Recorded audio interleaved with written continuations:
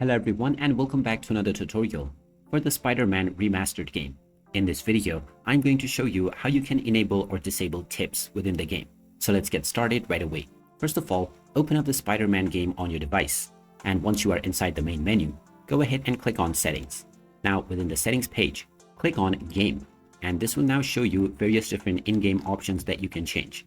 Now at the very beginning, you will see the option to skip puzzles, as well as Show Tips screen.